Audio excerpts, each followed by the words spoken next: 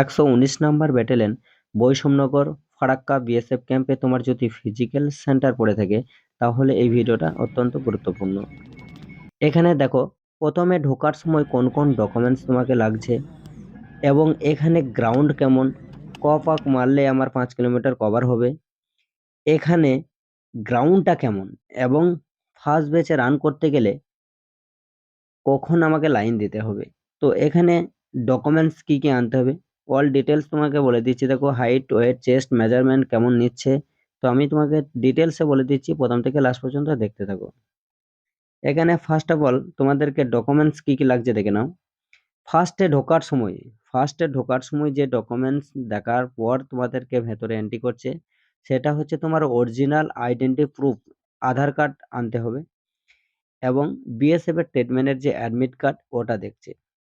এখানে তুমি যদি ফার্স্ট ব্যাচে রান করতে চাও তাহলে কিন্তু 2:30টার সময় লাইন দিতে হবে। 2:30টা থেকে 3:30টার মধ্যে লাইন দিলে কিন্তু তোমার ফার্স্ট ব্যাচে কিন্তু রান করতে পারবে। এখানে প্রত্যেকটা ব্যাচ হচ্ছে 150 জন করে ব্যাচ করছে। 150 জনের ব্যাচের মধ্যে ফার্স্ট এই 6:30-এর মধ্যে কিন্তু রান শুরু করছে, ঠিক আছে? এবার ফার্স্ট ব্যাচে রান করতে পারলে খুবই ভালো। আর যদি সেকেন্ড ব্যাচ, থার্ড ব্যাচে রান করতে চাও কোনো অসুবিধা নাই, তোমার যদি ভালো প্র্যাকটিস থাকে কোনো চাপ নেই। এখানে তোমার এই যে ঢোকার পর এন্ট্রি করার পর এইখানে নিয়ে আসবে, এইখানে ব্যাগ রাখানো হবে, ব্যাগগুলো যে রাখা হবে এবং এখানে আধার কার্ডটা ব্যাগের মধ্যে ভরতে হবে। শুধু বিএসএফ এর অ্যাডমিট কার্ড আর ব্লু কালি পেনটা কাছে রাখতে হবে। ওখানে 5 থেকে 6টা ফর্ম ফিল আপ করা হচ্ছে। এখানে রান করার আগেই যে ব্যাগগুলো রাখা হচ্ছে, ব্যাগগুলো রাখার পর আধার কার্ডটা ভরা হচ্ছে এবং তোমার বিএসএফ এর অ্যাডমিট কার্ডটা নিয়ে যেতে হচ্ছে। ওখানে চেক করার পর তোমার পায়ে চিপ লাগানো হচ্ছে এবং চেস্ট নাম্বার লাগানো হচ্ছে, দিয়ে স্ক্যান করে তোমার রানিং এর জন্য তোমাকে রেডি করা হচ্ছে গ্রাউন্ডে নিয়ে যাওয়ার জন্য।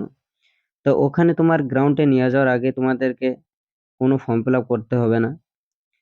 উম, এবার রান করার পর তুমি যদি তোমার, হ্যাঁ, গ্রাউন্ডটা হচ্ছে তোমার 5টা পাক তোমাকে মারতে হবে, ঠিক আছে?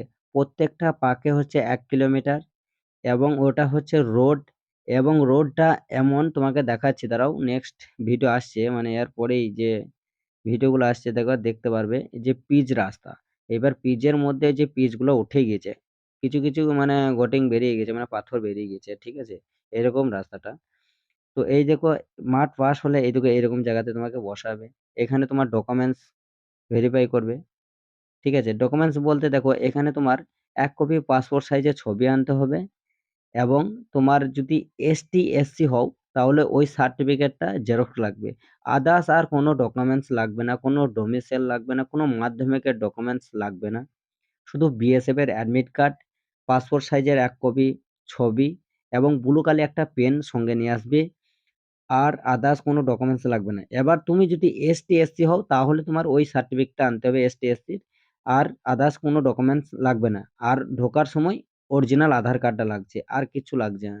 তুমি যদি রানে পাস করতে পারো তাহলে তোমাদের নাম ধরে ডাকবে, যেগুলা রানে বাদ যাবে চিপ সিস্টেম আছে, তো তো ওখানে কম্পিউটারে নাম আসবে। যারা রানে বাদ যাবে তাদেরকে নাম ধরে ডাকবে দিয়ে এক জায়গায় বসাবে। আর বাকি যারা রানে পাস করবে তাদের নাম ধরে ডাকবে না, তাদেরকে এক জায়গায় ব্যাচ করবে। এবার এদেরকে পিএফটি কাগজ দিয়ে বের করে দেবে। আর যেগুলো রানে পাস হবে তাদেরকে এইরকম ভাবে যে বসে আছে এইভাবে তোমাদেরকে বসানো হবে। এখানে 3 থেকে 4টে ফর্ম ফিল আপ করা হবে। এবার ফর্ম ফিল আপটা হবে না, ফার্স্টে তোমার রান করার পরেই তোমাদেরকে নিয়ে যাওয়া হবে, হাইট, ওয়েট, চেস্ট মেজারমেন্ট হবে, ঠিক আছে? হাইট 165 সেন্টিমিটার হতে হবে। কারো যদি পয়েন্টের জন্য কারো মিস্টেক হয় তো তাকে 2 থেকে 3 বার চান্স দেওয়া হচ্ছে। আর বাকি চেস্টের জন্য কোনো চাপ নেই, চেস্টে নর্মাল ফোলাইতে হবে 5 সেন্টিমিটার, বাকি যা আছে আছে, কোনো অসুবিধা নাই। আর এই দেখো রানের যে বলছিলে গ্রাউন্ড, এই দেখো এইভাবে পাথর কিন্তু, এইভাবে কিন্তু এই যে রাস্তা, আর ওই দেখো ফিনিশিং পয়েন্ট, ওইখান থেকে ছাড়তে হবে আর ওইখানেই তোমাকে শেষ করতে হবে। তাহলে 5 পাকে তোমার 5 কিলোমিটার। এবার 5টা পাক তোমাকে ভালো করে রান প্র্যাকটিস করে আসবে, তাহলেই হয়ে যাবে। স্টেপে রান করবে নর্মাল রান, আর তুমি লাস্টের পাকটা ফিনিশিং দিবে ভালো করে, তাহলেই রানে পাস হয়ে যাবে। এখানে কিন্তু 1 সেকেন্ডের জন্য রানে বাদ যাচ্ছে, সেইভাবে রান প্র্যাকটিস করবে। আর এখানে তোমার হাইট, ওয়েট, চেস্ট যার মাপা হয়ে যাচ্ছে সে পাস করলে তারপরে 5 থেকে 6টা ডকুমেন্টস ফিল আপ করার পর, ফর্ম ফিল আপ করার পর তোমাদেরকে মোটামুটি 3:30 3টের মধ্যে বের করে দেবে। এই যে লাইন হয়ে গিয়েছে, এগুলো সব পাস করেছে, ঠিক আছে, এই ছেলেগুলো সবাই পাস করেছে।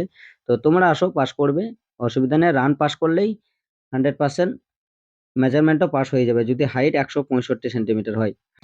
এখানে আদার্স কোনো ডকুমেন্টস লাগবে না। ডকুমেন্টসটা আরেকবার শুনে নাও ভালো করে।